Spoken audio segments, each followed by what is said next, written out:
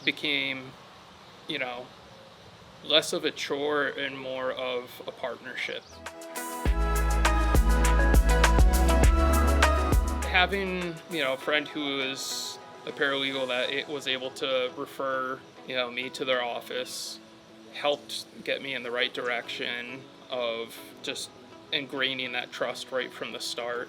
The openness and the willingness that they had to help, not too often do you find, excellent customer service that comes along with intense level of just genuine authenticity, and that's what I picked up on them. They do this because they care. It was about a 2.5 year process, start to finish, due to COVID, the courts, multiple delays by the defendant, anything you could think of that could get thrown in there.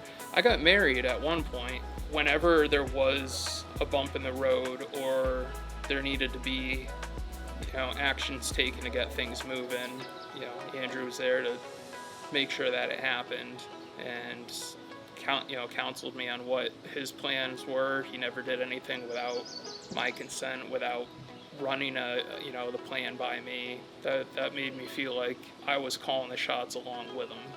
It wasn't somebody that was just looking out for their interests.